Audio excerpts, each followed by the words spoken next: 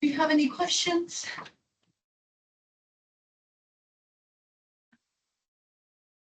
How far are you with the homework? I've done most of 6.7. I looked at 6.8. Done anything 6.8 yet. I was struggling with kind of like the, I guess it'd be the F distribution on 11. Okay, Because it's what? D equals x1 plus x2 divided by y, which winds up being the summation uh-huh, of the x sub I. So both will follow the gamma distribution. that one. The question 11 on 6.7. Yeah, I think so. Okay, the one that we were supposed to prove independence, right? Yeah. I thought we So talked. then you might have. So then it winds up being an F distribution. Right? And then you do the integral of the F and then the. It's a ratio, but I'm not sure if it's the. Oh, that's 6.7. Okay, yeah. So you had let X summation X Y. This is to show independence, right? Yeah.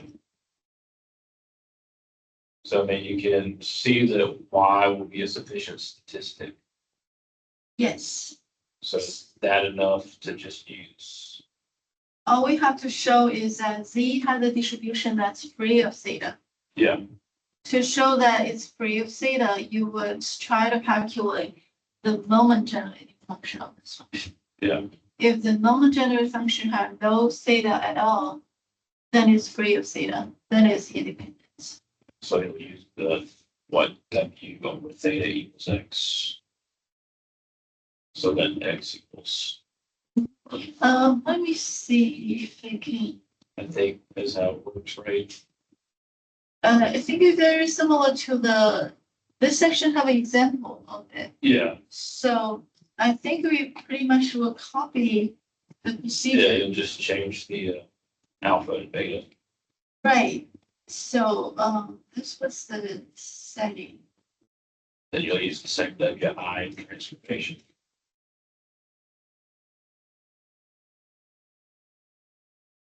That's the example. So in the example, we have.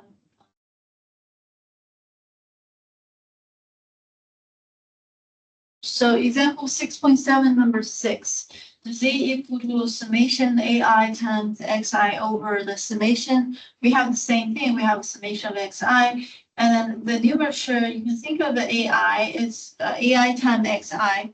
So then A1 equal to 1, A2 equal to 1. All the other AI equal to 0. So it's pretty much a similar example. So we would try to determine the moment generating function for Z. What's the moment generating function? It's really E to the T times Z. So we will have E to the T times the whole thing. And then this one is the gamma distribution. We will be using the distribution that you have in the question. It's still a gamma distribution. Yes. So I think it's just the parameter becomes, I think, 3 alpha and beta. Right. Or in alpha and beta. Yes, so we will be doing the same transformation. Yeah, so After the X side. Yeah, after the transformation, you would have only W in Yeah, there. because all the things will cancel. Right, all the theta will cancel out. That's how we prove that this E to the TZ has no connection. It's free of theta. That's why we see it. I think it's pretty much follow the whole method in this example. Yeah. Where is? Okay. Y'all don't say. We'll start what we want to do. Today, I think we're done with all chapter 6. I want to try to review chapter 5. Yeah, we got to what, 5, 6. Yes. So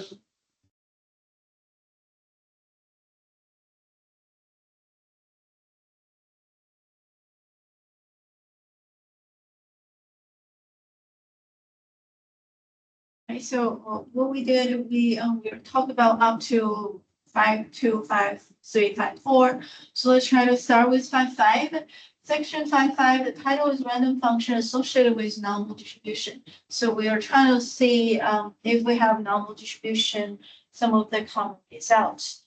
Okay, so number one thing we know from, I think it's from 5, 2, or even earlier in chapter 4 or 3, if we have summation of subtraction of several variable of normal distribution, they will still have a normal distribution.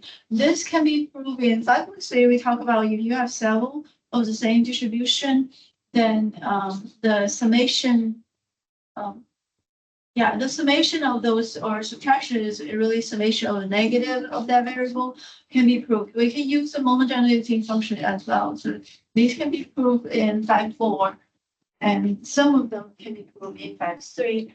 So we have this result, which saying that if you have several normal distribution and they have their mean, their variance, then the summation of these several variable will also be normal. And because we have the parameter, the mean and variance for those x value, we can actually identify the mean and the variance for the y variable, right? The summation variable, new variable. So that's the first result. This result is really very general, so we can have some special case. So one of the example with this result is if you have a two normal distribution, then the subtraction of these two normal distribution will also be normal. So this question asking if you have, this is a data, this is a number of pounds of butterflies produced by different cows. So we have X1 is one type of cow, X2 is another type of cow. So then we have their mean and variance for both. The question is how likely that X1 is bigger than X2. So how often the first one has more produce the higher number than X2. That was the question. If we want to answer the question, we have to kind of study the behavior of X1 minus X2. But basically, we're trying to find probability X1 minus X2 bigger than 0. So if we identify a new variable called X1 minus X2, we're going to understand the behavior of it. Now, based on this result, the y, which is the subtraction, that's kind of like a C1 equal to 1 and C2 equal to -1. So then we know that the y if y equal to X1 minus X2, it would also be normal. And the mean of the y will be the subtraction of these two. And then the variance will be the summation of these two. So that's from the result. And because of this, we will be able to calculate the probability now. Probability X1 bigger than X2 basically is probability y bigger than 0. So now that's become a normal distribution question. We can apply what we learned in chapter 3. So there's a solution because y follow. Now we finished the calculation of subtraction and summation. Now we have the mean and variance for y value. And then we can then calculate probability y bigger than 0.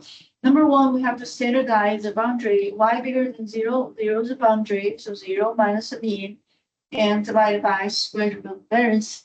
This we will getting a z value of -0.3. And then we can go back to the table with the z table, or you can also use the R code. I think it's called P norm. P norm -0.3 is a lower percentage, cumulative percentage. You do 1 minus that number to find the answer. Any question? So that was the example of applying this result that we had.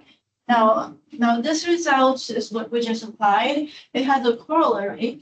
This corollary is using special number. This corollary says if you have n random variable, a random sample of size n from the same distribution. So in the original theorem, you have several different distribution, different normal distribution. But then the corollary is saying if they are identical, they all follow the same mean, same variance in the normal distribution. Then what happened to the simple mean? So simple mean will be 1 over n times the summation of xi. It's like in the y formula, all the ci equal to 1 over n, right? So it's like so when the y, so that means that you have this is a 1 over n, and this is mu.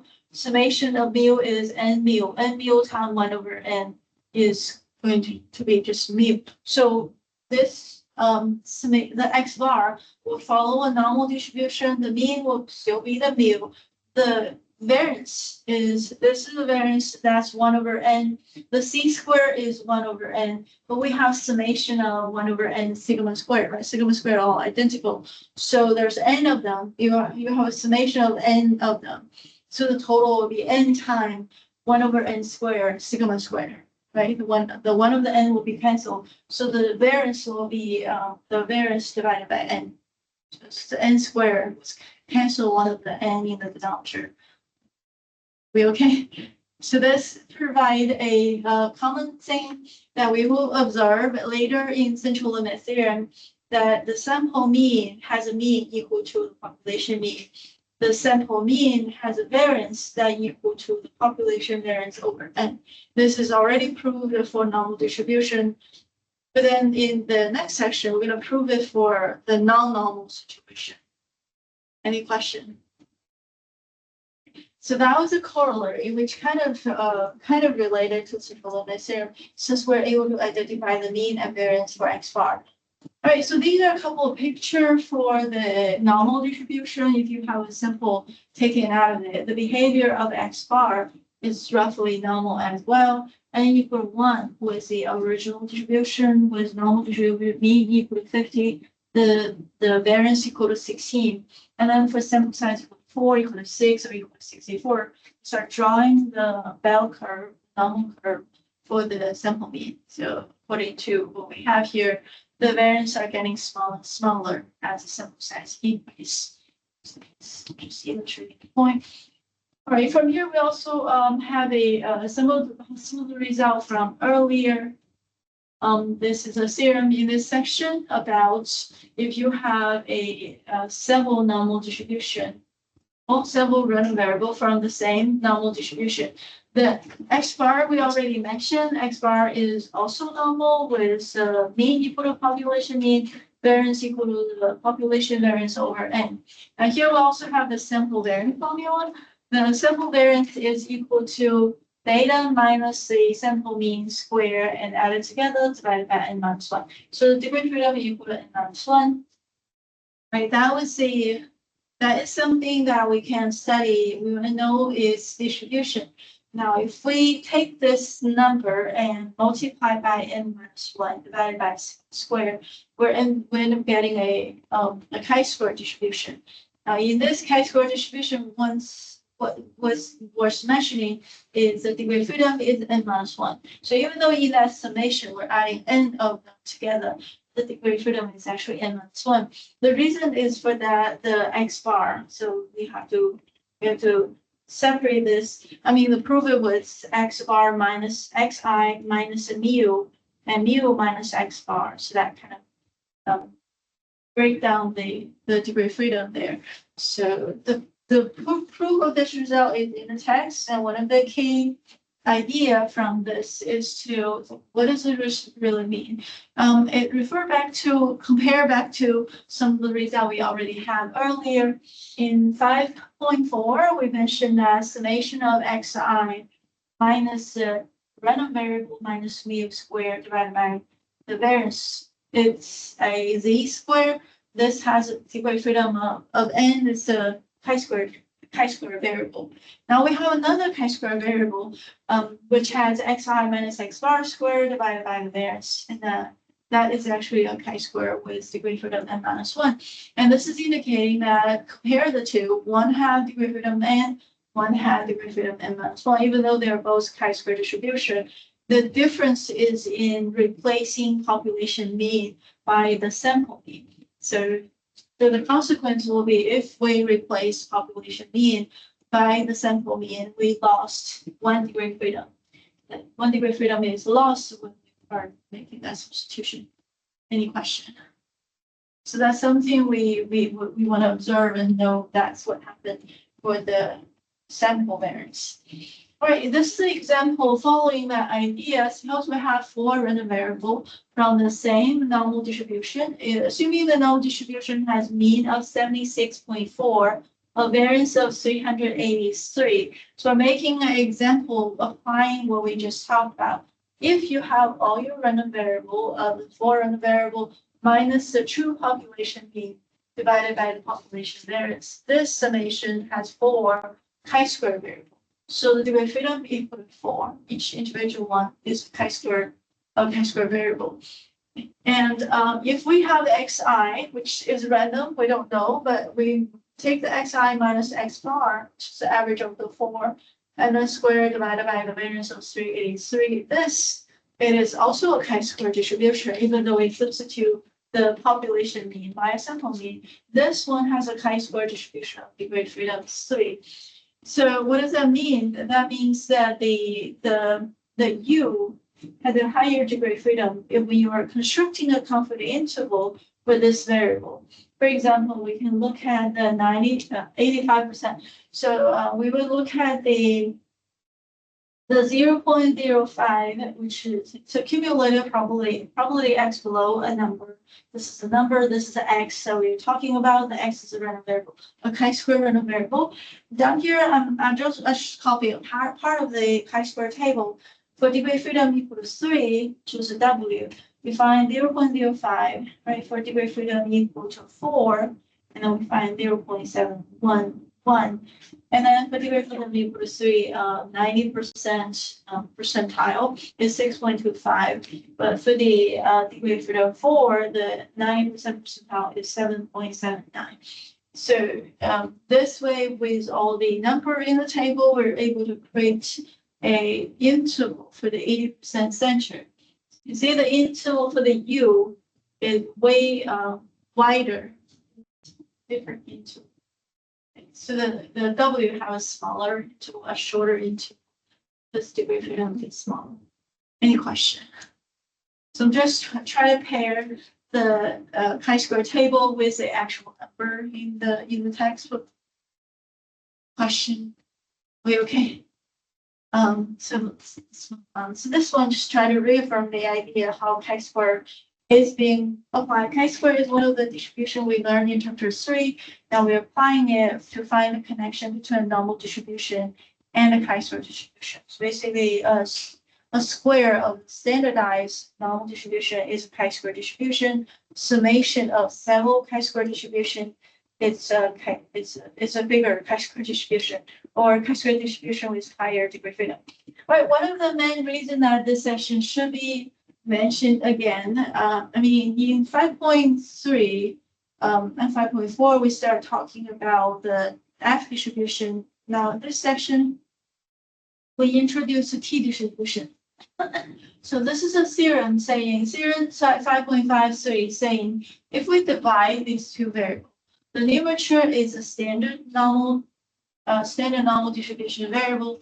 The denominator is a square root of a chi-square distribution dividing its own degree of freedom. So if we have that division, this division have that density.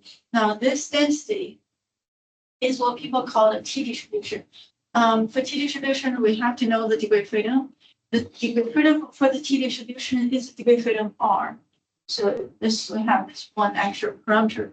Normal distribution is standard normal distribution is unique, but regular normal distribution is not unique. T distribution also is not unique. You have to have a parameter that is a degree of freedom. Any question? All right, one thing we should observe that we have 1 plus t squared over r. So when r equal to 1, the t distribution actually is a Cauchy distribution. That kind of brings out the reason that Cauchy distribution was introduced in section 2.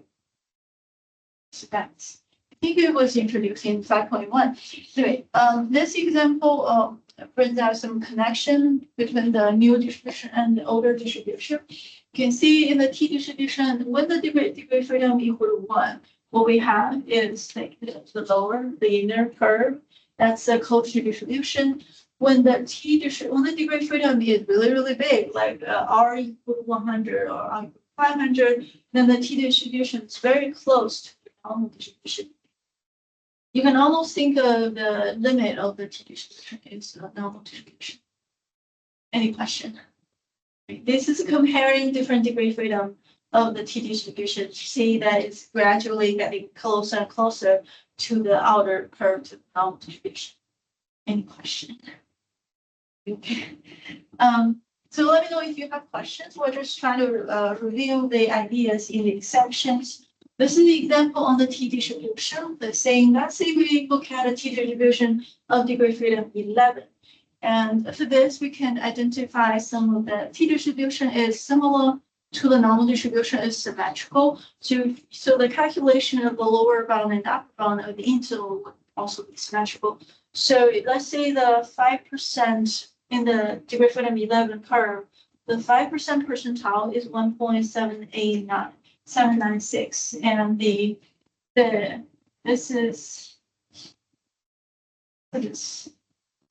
this is actually not the 5, that's the 95% percentile. And the 5% percentile is actually negative 1.796 because of symmetry. So to get the middle, the center 90%, the lower bound, upper bound, T is negative 1.796 and positive 1.796. Any question? The other two probability you can also find it from the T curve or the T table. And I actually grabbed the T table. This is a T table for different kind of degree freedom with the corresponding percentage. For example, the one we have, the 1.796. 1.796 is paired with the 95% percentile because the lower percentage is 5%, so upper percentage will be 95%. So you can see we have a 95% accumulatively, and the upper bound is 1.796. And if you were looking at 10%, 90% percentile is 1.363. By symmetry, the 10% percentile will be negative 1.363. Are we okay?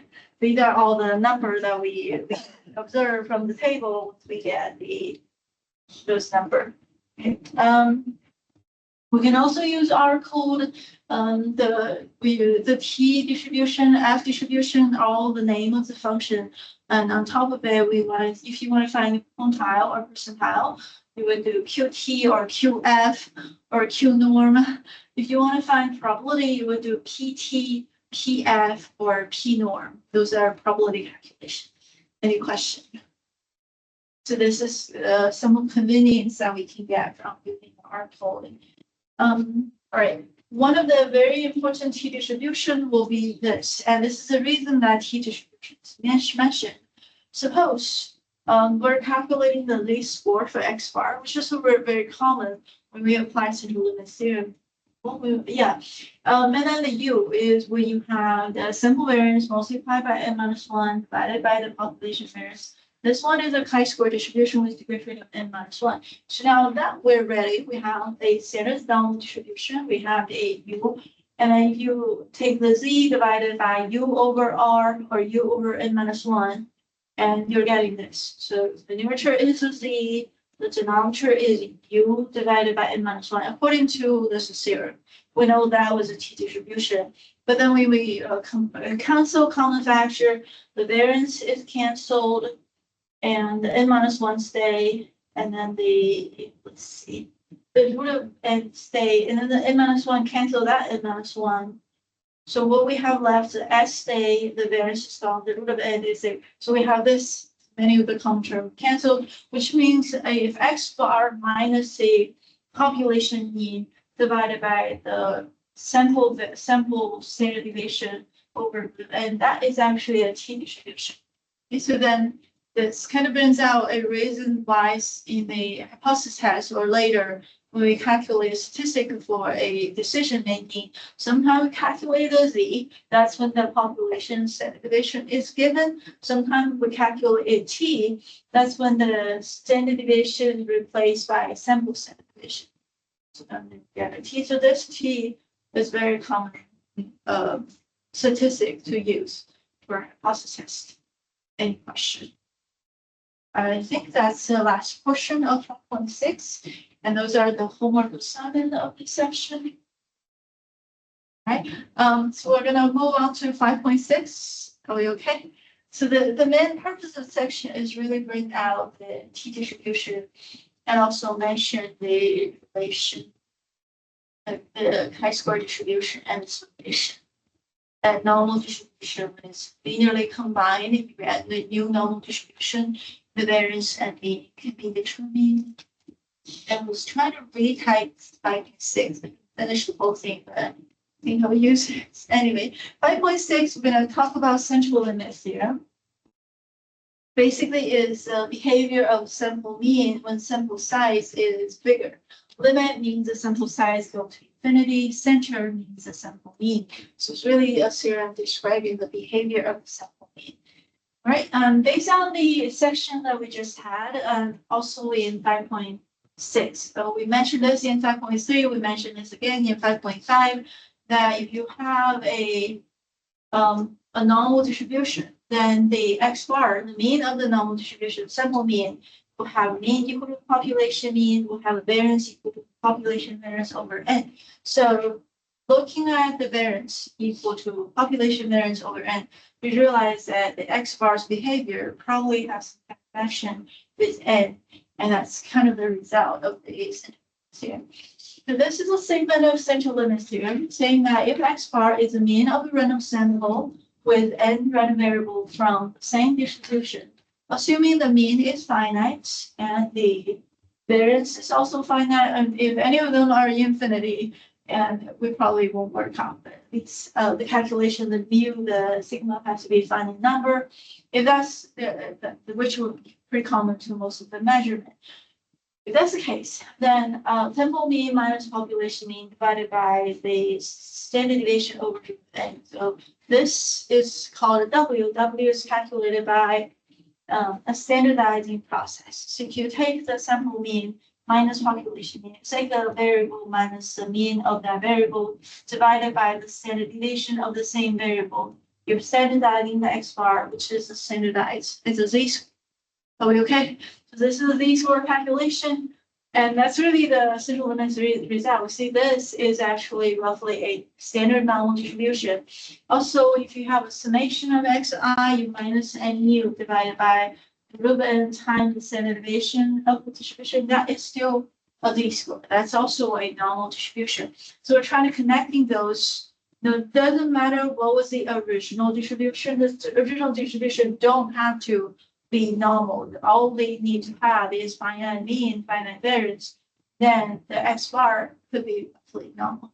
And this central limit theorem brings out this consequence. We essentially are trying to say that x bar, when sample size, when n goes to infinity, when sample size is large enough, x bar is roughly normal. The mean is the population mean. The variance is actually the population variance divided by n. That's one of the result. Another result is the summation of xi, and that could also, when sample size is large, the summation of xi could also be normal or roughly normal, with n times the population mean being the mean of the summation, and the variance of the summation is equal to n times the population variance. So the bottom two are something that we can relate and apply because they are indicated using the central limit theorem. Any question? So let's look at a calculation example. Right, the first example saying you get a x bar, a sample mean of a sample of 25 currents in a strip of wire in which each measurement has a mean of 15, a variance of 4. So you see, we don't mention normal distribution, but when sample size is 25, this kind of roughly, normally we consider sample size around 30 as large sample, and then we'll apply central limit theorem. In central limit theorem, we want a sample size to be large enough to guarantee x bar will still be normal. But this one, we're just assuming that's the case.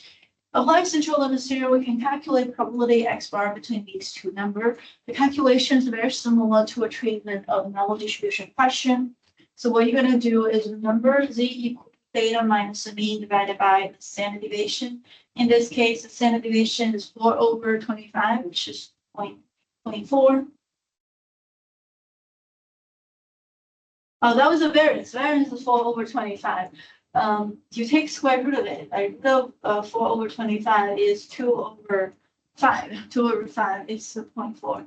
So that was the standardization, that was the variance. So this is how Z is being calculated. So the calculation of this interval is going to be, you have to take the endpoint and minus the mean divided by the standard. So we standardize the endpoint, and to get endpoint, to get, that's the 1.5 for the upper bound, the negative 1.5 for the lower bound.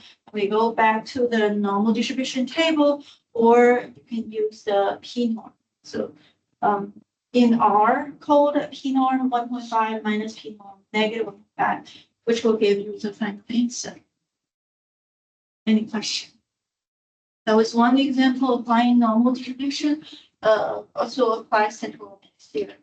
Right. The second example say that we have the summation. So this question we have 20 random variable from same distribution, actually from uniform distribution. Because it's a uniform distribution, the mean equal to upper bound minus upper bound plus lower bound divided by 2. The variance is equal to b minus a upper bound and lower bound square and divided by 12. So that's why we have variance 1/12. So now the question is, we're going to calculate what is the probability y is below 9.1, or what is the probability y between those two numbers. So now this is the calculation. You have to understand how the y value behave, and y is a summation.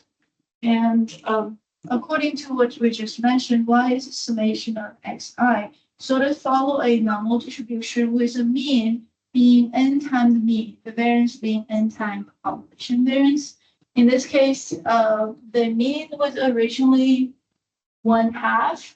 We got 20, so the mean will be 20 times 1/2. And then the variance will be 20 times the population variance, which is 1/12. So then here we have a normal distribution, the mean 10, the variance equal to 20/12. And that could be simplified into 5 over divided by 4 divided by 5/3, right? That's the variance. So to standardize our boundary, like 9.1, you want to standardize it. So 9.1 minus 10 divided by 20/12. 20/12 is variance, so root of 20/12 is the endpoint. So that calculation is giving us negative 697. And then we go back to the normal distribution, go p norm of negative 697, which gave us this number. And the second example is similar. You take the endpoint. Once we have the distribution, we can pretty much minus the mean divided by the standard deviation to find the value of the boundary. And then we use those boundary to apply the Z table. That's how we find probability. Any question? That's where it stopped. I wanted to use some new, like make new presentation of it, and well, I didn't finish it.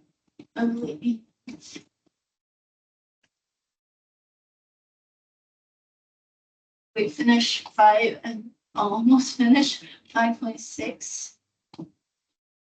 Let's see. That was the example we were going to. There was a representation of it on the original file. I have all 8 sections in the same file. So then I realized the PowerPoint is way too long. So I'm just going to try to separate them into smaller files. All right, so this is another example applying the central limit theorem. We have a simple mean that we need to study. Let's suppose the distribution has a distribution function of x cubed over 4, and that is as easy to show. You have to integrate to show it. So then the mean and included over here, mean is calculated by integration of x times the density. All right, so you have to do integration x times the x to the 4th power over 4 dx. It was x cubed. All right, so that's really integration of x 4th power over 4 dx. you integrate that into x to the power 5 over 5, and there's 4 in the denominator. So then you bring the integration limit, which is 0 to 2. Okay, so when it's 2, it's 2 to the power 5, 32 over 20. And then we divide both numerator and denominator by 4, and that's 5, and that's 8. So 8 over 5 is mean. And that's what we see. It's possible to check it. Are we okay? So the integration is showing the mean is equal to 8 over 5 or 1.6. The variance calculation, you have to find the mean of x squared. So the integration of 0 to 2, integration of 0 to 2, x squared. So the expectation of x squared is calculated by x squared times the density. And then that integration will give you expectation of x squared, and you subtract the square of the expectation. That's pretty much the calculation for the variance. So why do we have to calculate them? Because we aim at trying to apply central limit theorem. Now, for x bar will have the same mean, which is 1.6, and the variance will be the population variance divided by the sample size. In this case, it was 25. So you have to divide it by the 25.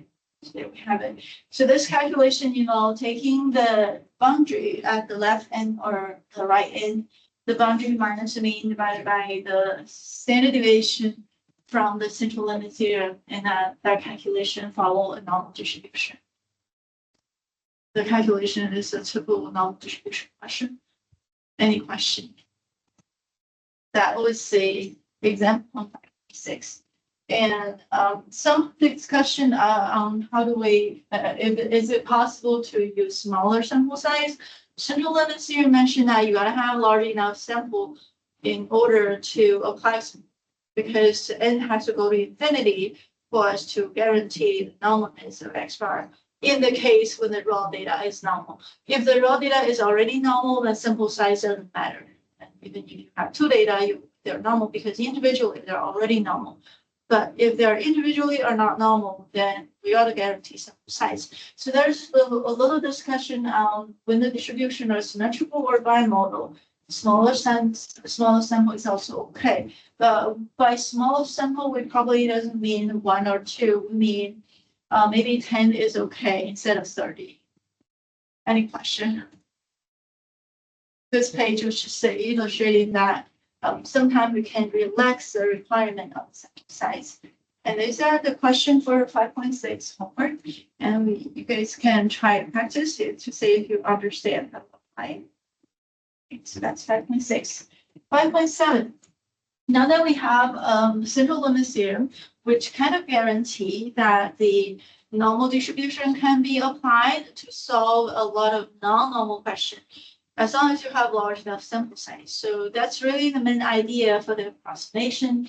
5.7 sometime, and the reason that we wanted to approximate this for the two we're approximating is binomial distribution and Poisson distribution. And the reason we want to use normal distribution to approximate it, because sometimes we have calculation difficulty. For binomial distribution, the calculation difficulty is in the combination number. The binomial coefficient is NCR, which is n factorial divided by r factorial times n minus r factorial.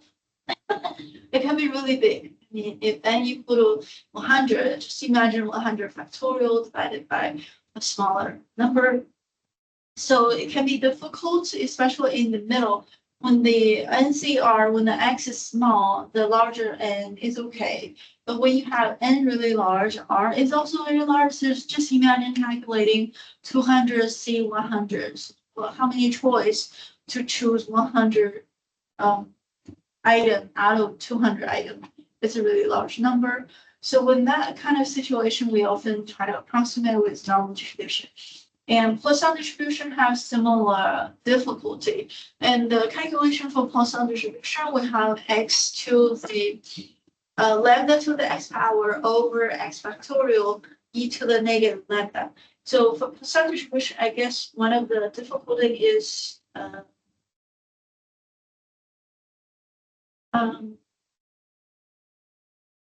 think it was okay. For some diffusion, I guess the summation of the variable are difficult. For example, we're going to calculate if the lambda equal to, let's say, 10, and we're going to calculate probably x is less than 5, and then you have to add several together.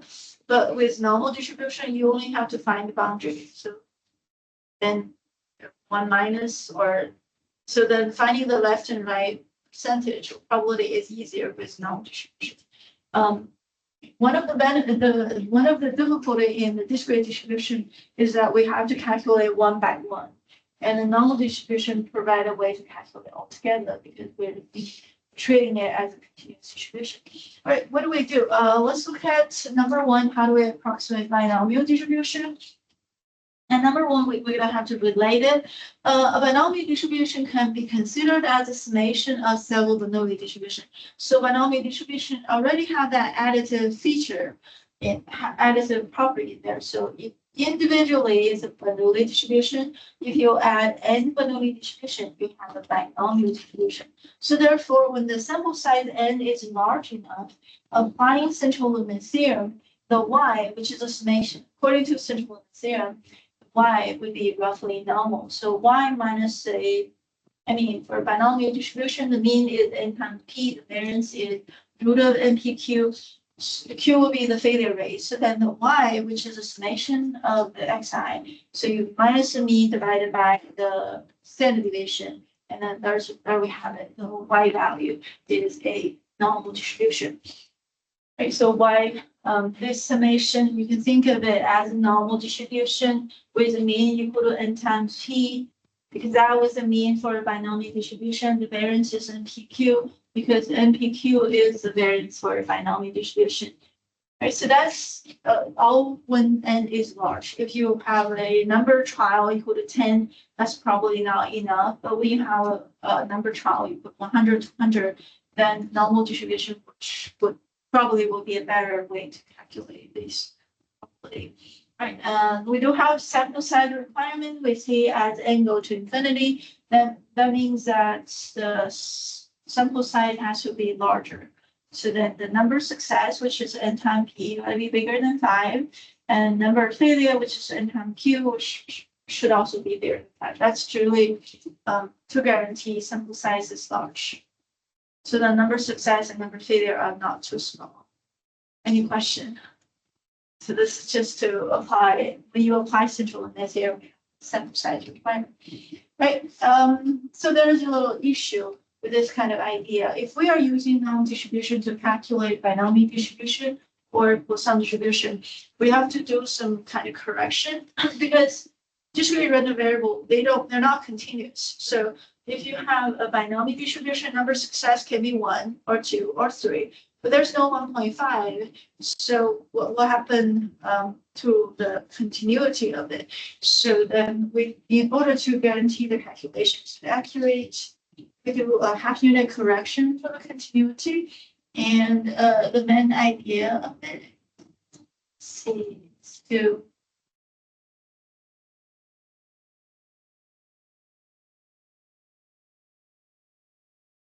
so to turn the a discrete distribution into a continuous distribution, and because in a continuous distribution you can only calculate probability of the interval, you cannot calculate probability of the number.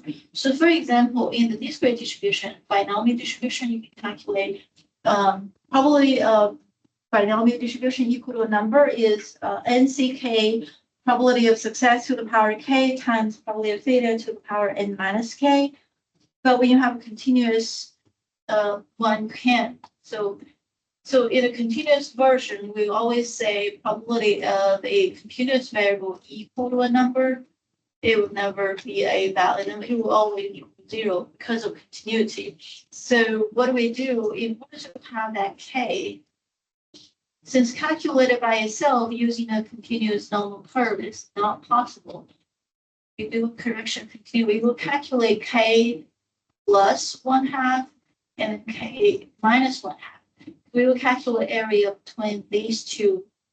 So we turn this probability calculation into a like integration from this to this, we calculate area below the curve. Okay, so that's what being called correction of continuity. We can see how this is being applied in an actual question. So that was the example of distribution. So on the left, we have a binomial distribution with a success rating 1/2. Multiply 10 and 1/2, we get 5. And then the 10 times 1/2 times 1/2 is 5/2. That's the variance. So then we can smooth out below the histogram are the histogram for binomial probability, and the curve is the normal distribution. You can see they kind of pair nicely.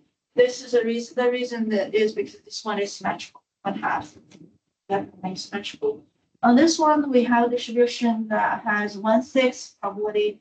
So that's a little bit skilled. So we can still kind of multiply the n times p. 18 times 1/6 is 3. 18 times 1/6 times 5/6 is 5/2. So we were able to smooth it out. And this is just a little bit illustrating the binomial distribution similarly to a normal distribution. We have a couple of examples on these kind of calculations. That's kind of illustrating the correction of continuity. For example, let's say we want to calculate for binomial distribution. We want to calculate probability y between 3 and 6. 3 is included. And there's two ways to do this. You can calculate it using, and here we're using the normal distribution to do the calculation, or you can calculate using the binomial distribution formula. And we can actually do both.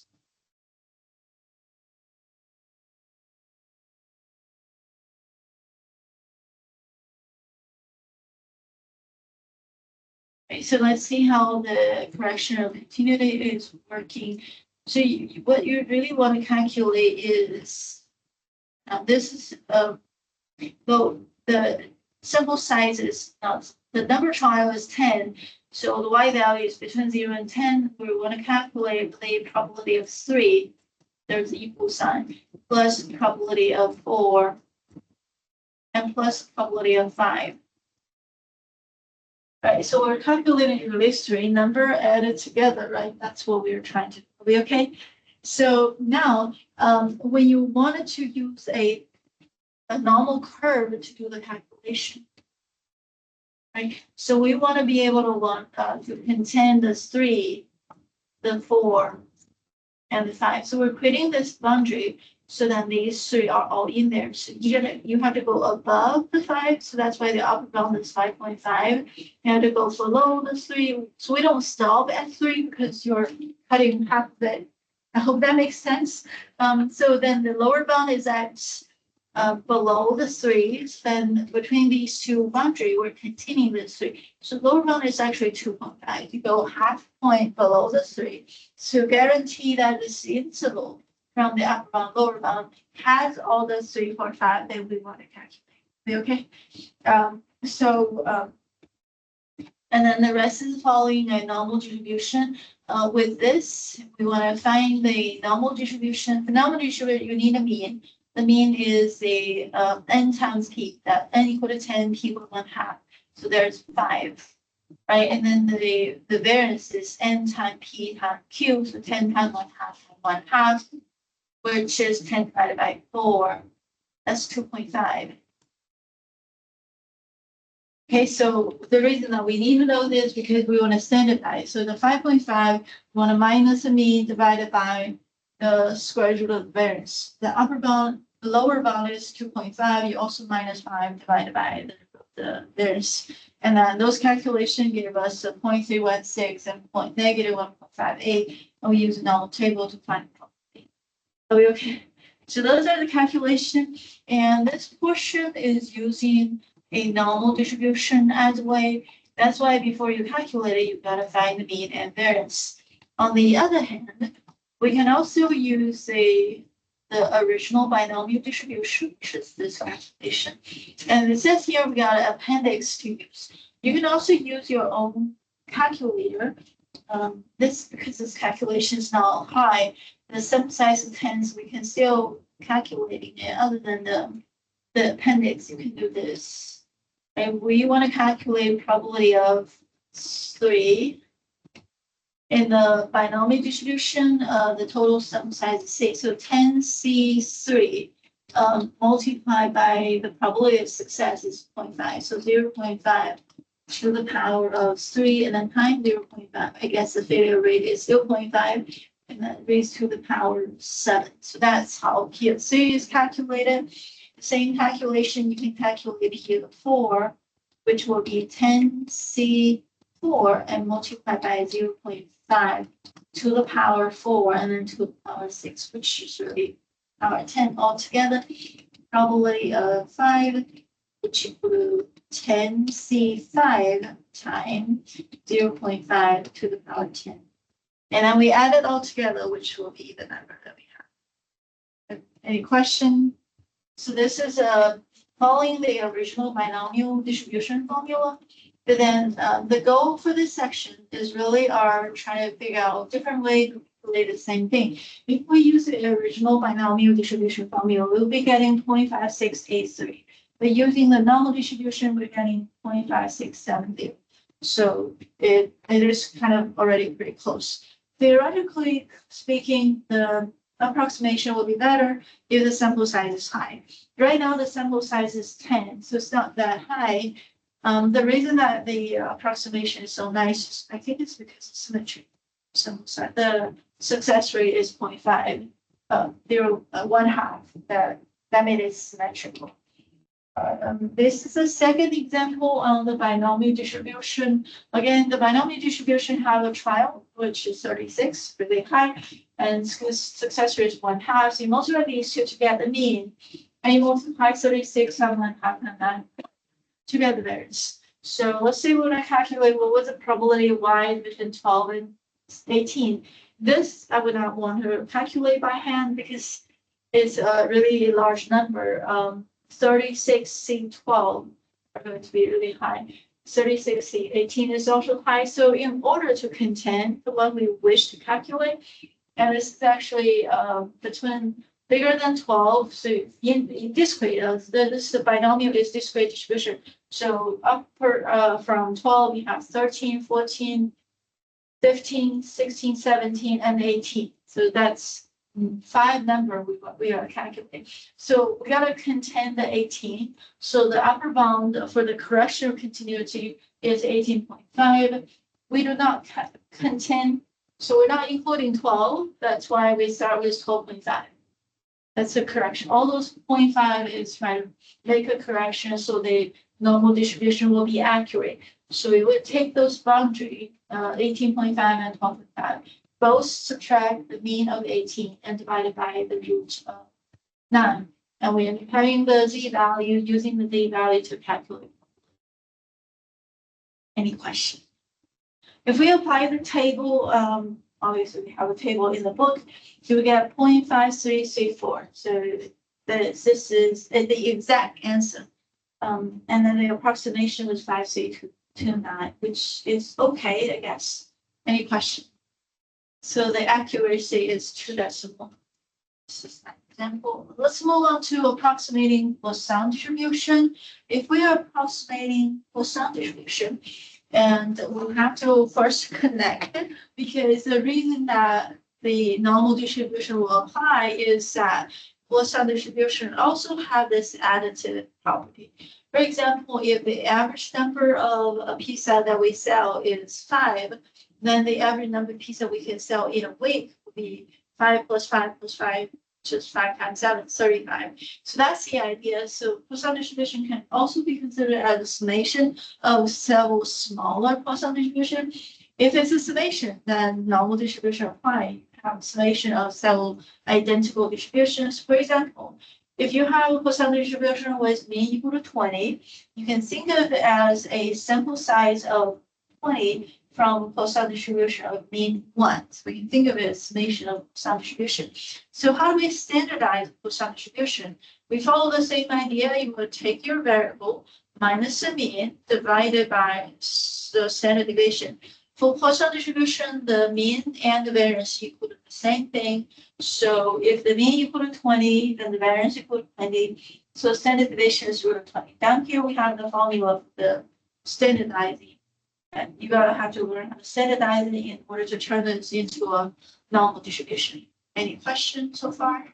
All right, so let's see a couple examples how this can be calculated. So let's say we follow the same thing, the Poisson distribution have mean 20. Let's say we calculate what's the probability y between 21 and 16. This, if you do it with Poisson formula, that involve several calculations is bigger than 16. So 17, 18, 19, 20, 21, 5 Poisson calculation. So if we do it by hand with calculator, we can still do it. It's just a little bit of time consuming. So you want to have approximating with normal distribution. So 16 not included. So we start with 16.5. 21 is included. So we end with 21.5. Let's see lower bound and upper bound. 1 minus the mean, which is 20 for the Poisson distribution, divided by square root of 20. And this is all standardizing at the end. So we got two number at the end of the interval, the 2D value, and go back to the Z table to find it. Any question? Right, and now we can do the same thing just to illustrate they're similar with the Poisson distribution formula. The answer is 0.4226. With the normal distribution, we have 0.4142. So the accuracy is up to 1 decimal. Any question? That was the approximating Poisson distribution. The formula we've been following is you take your variable minus the lambda divided by square root of lambda. Because for Poisson distribution, the mean and the variance equal the same thing. So that was basically the formula following. And this is the assignment for 5.7. Any question? Did you finish? Well, did you finish the homework? The 6564? The homework for this quiz? I saw you do the quiz because you did the homework. I was doing it, like I was gonna work on it yesterday, last night, but I decided to just work on this. I see. Because that's why I asked if you had a different quiz. I see. In that case, I really should change the number then. Yeah, but I did all the work like on a separate sheet of paper. Okay. So all the work is new. But I thought it was just gonna be a different. I see, but it's good. Because I didn't practice on the homework. I practiced in the quiz. I see. You should do the homework. Yeah, because I thought it was gonna be a different quiz. I see.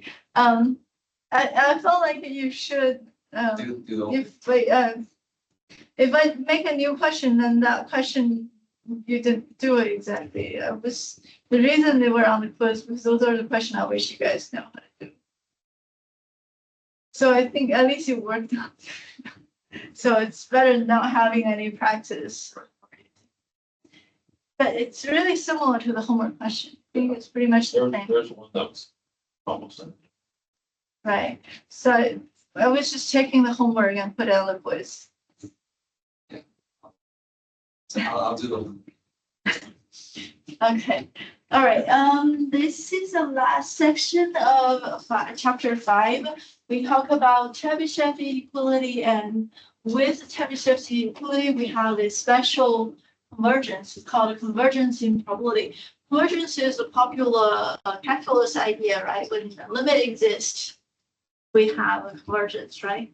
We have convergence of an integral, convergence of functions. We also have a convergence of a series. A lot of convergence idea because calculus does have a lot of limit idea.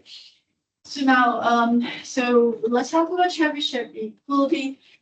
So what's really the purpose of it? The Chebyshev inequality is trying to show a estimation of the central proportion. So, but if you want to use Chebyshev's theorem, you first have to know the mean and the variance. Those are just the mean identify the center, the variance identify the variability.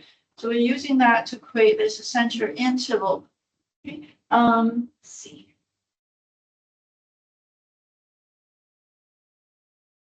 This is the Chebyshev theorem or Chebyshev equality. It provides a, you can see the lower bound for the outer percentage or a upper bound. I think it's upper bound for the outside. Probably for the variable minus mean, the deviation bigger than the k times standard deviation is less than 1 over k squared. Less. So that's the upper bound for the outside probability. So then this is a twofold. So Chebyshev theorem does not provide a exact probability. It gives you a boundary for that probability. That's why I'm trying to think in my head, do I have a lower bound, do I have an upper bound? So theoretically speaking, when you have a distribution, you got your finite mean and a finite variance. The mean is really in the center. So this is saying that any random variable that lands away from the mean, the x value here, x value there, the distance of the x value or to the mean, this distance. It's highly likely that random variables stay closer to the mean by a certain number of the deviation. This is our deviation. So k times deviation is our way to measure the standard deviation is like our ruler. So for different proportion of the standard deviation, we're able to create a boundary. So let's say k here has to be a number bigger than 1. I think it has to be bigger than 1. So for k times standard deviation, so you go k, this is like a mu plus k times standard deviation, and the lower boundary is mu minus k times standard deviation. This will allow you to figure out a interval. Chebyshev theorem saying that majority of the random variable x is in this interval. So that means outside this interval, that means for x minus mu to be bigger than k times standard deviation, that likelihood is really small. It says this is smaller than 1 over k squared. The bigger the k, when k is bigger, you got a wider interval, and therefore 1 over k, you got a smaller probability. Are we getting there? So then we're saying the outside of x bigger than x minus mu bigger than k times standard deviation, meaning that difference is bigger. That means x is on the outside of this interval. That probability is smaller than 1 over k squared. So for example, if k equal to 5, then 5 standard deviation away from the mean over here or over there, that probability is 1 over 25. So really small. We okay? So provide a lower bound. That's set. So that's upper bound, lower. In my head, it's go lower or bigger. So it provides a lower bound of what's on the outside, and it should provide an upper bound of what's the inside. Actually, lower, less than. My English is not doing any good. Less than 1 over. This is actually an upper bound, is it? Well, it should actually set an upper end because it's the absolute value. No, that was the upper and lower for the x, but this was for the probability. Yeah. So the probability is less than 1 over k squared. Less than. If we had upper bound, probably. So it's up. Okay. So then this is actually a another indication. If the probability in the middle, if the probability on the outside is smaller, that also means the probability for x minus mu to be less than k times standard deviation means the percentage to be in between these will be really high. So we see that is at least 1 minus 1 over k squared. I mean, we go the opposite, right? So if what's on the outside is less than 1 over k squared, then what's inside is more than 1 minus 1 over k squared. So the middle percentage has more. So then we kind of have to hold on to that idea, because occasionally I mess up the equality, I mess up the direction. That's why I keep talking about it. So one of the ways to, at least that's my way to keep track of the knowledge, this one, and that one goes opposite, like this way. I mean, this two is this way. They also goes opposite, like this way. So then we would remember they all go opposite of each other. Whenever these two are going in the same direction, you know your inequality is wrong. You get what I'm saying? So one way or the other. But remember, the outside is less, the inside is more. So it's bigger than, more than the 1 minus over k squared.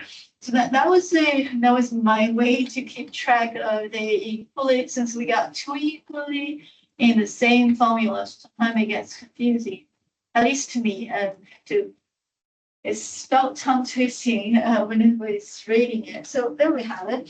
So we're gonna try to prove it. The proof of this is interesting and tricky. It's kind of fun because the Chebyshev equality, this equation, does not require anything. We don't have normal distribution. We don't mention the distribution at all, which means this result is true for any kind of variable.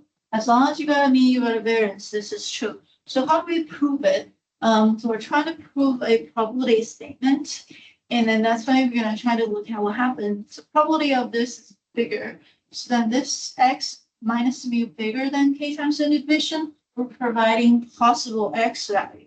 So the x could be bigger than this, could be less than this, and that brings out the variance. So this calculation involve standard deviation in there. So we start with the variance. Okay, so start with the sigma square, which is a variance calculation, and we're using this to write the proof. I mean, to prove a probability without any formula, without any distribution, it'll be hard. So we will go from here. The variance equal to expectation x minus mu squared. So x minus mu is in a portion of it, and we also have x minus mu in the original question. So that brings more the reason to study the structure of the variance. Variance equal to expectation of x minus mu squared. So how do we calculate this expectation? And this is proving using the discrete variable. You can also write a matching proof using the continuous distribution. So it will be a summation x minus mu times the density. All right, so here the x belong to the entire domain. So set is the full set. So this summation can be calculated separately. So you're going to start with this A. A represents those x value that minus mu bigger than k times the division. That's the one we're focusing on. If A equal to all the x value, where x minus mu bigger than k times the division, probability A is what we're calculating. So the original question, P of this is less than 1 over k squared, becoming we want to prove P of A less than 1 over k squared, right? Kind of turn the question into a different version. So there we have it. We got A. Now, this summation, you can look at different x value. X belongs to A or X doesn't belong to A. This is variance calculation. So the variance calculation becomes summation of these two. Then it will be like we can relax that. So let's get rid of the summation of all the x's not belong to A. So then we focus on what's in A. Are we okay there? So that makes summation become, let's only focus on this summation. So naturally, the variance is bigger than that because we didn't add part of the calculation of the variance. Are you okay? So then we look at what happened here. Now, in this calculation there, we realize we only focus on what happened in the A. In A, x minus mu is bigger than k times the division. So then we can relax this further because x minus mu is now bigger than k times the division. So we relax x minus mu squared into k times the division. Still like bigger than, right? This is bigger than this. This is bigger than this. This is all bigger than equation. So the continuity or the transformation of the equality is still works. Are you okay? So you can have bigger than and bigger than and bigger than, so you can keep working on it. If any one of them become less than, that is a contradiction. So we have to solve. Are we okay? So there we have it. Variance is bigger than summation case sigma squared times the density function. And now we have this issue that both sides have the variance. So we can cancel, like common factor. So then what we have is going to be 1, the variance cancel. 1 is bigger than k squared times the summation of that probability. Summation of that probability, that's probability A. So probability A times k squared is less than 1. So then the probability A is less than 1 over k squared. That's pretty much the main idea of the proof. Any question? Okay. So I think the reasoning is kind of interesting. That's why I want to talk about the proof. So anyway, now we have this proof. It can be written as different form. Like this is a corollary about writing it instead of the k Townsend division. We write an epsilon at the lower bound. We try to compare this to the original Chebyshev theorem. Oh.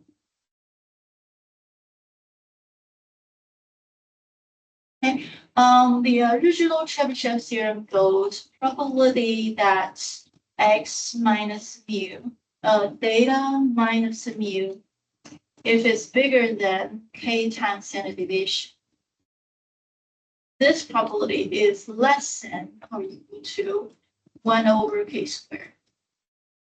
So we're saying when the distance is longer, when the x is further away from b, those x values are less than 1 over k squared. So that's the idea. And we convert it to a different, to a corollary, we call this epsilon. So if E epsilon equal to k times standard deviation, then what will happen is now that becomes epsilon. And then what do we have on the other side? It was 1 over k squared. So what is k? K equal to epsilon over sigma squared. That's from the conversion of the variable. And then k equal to epsilon over sigma squared. But on the right side of the equality should be 1 over k squared. So we have sigma over epsilon squared, right? So then these two are equivalent. It's essentially the same equality. And why do we convert it? The original question really specified the distance being measured by k times a standard deviation. But the new statement saying the boundary of this x value can be any positive number. And then we are able to make a upper bound of that probability. Any question?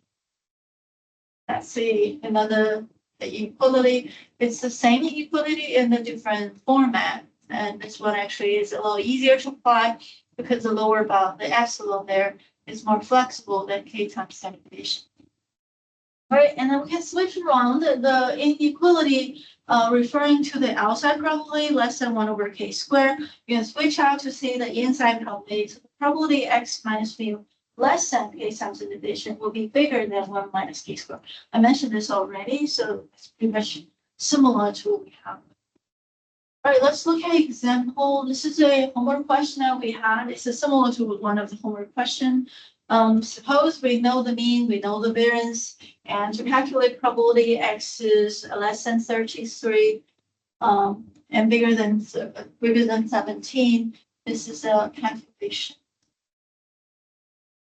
So we're going to apply what we have already had. This question.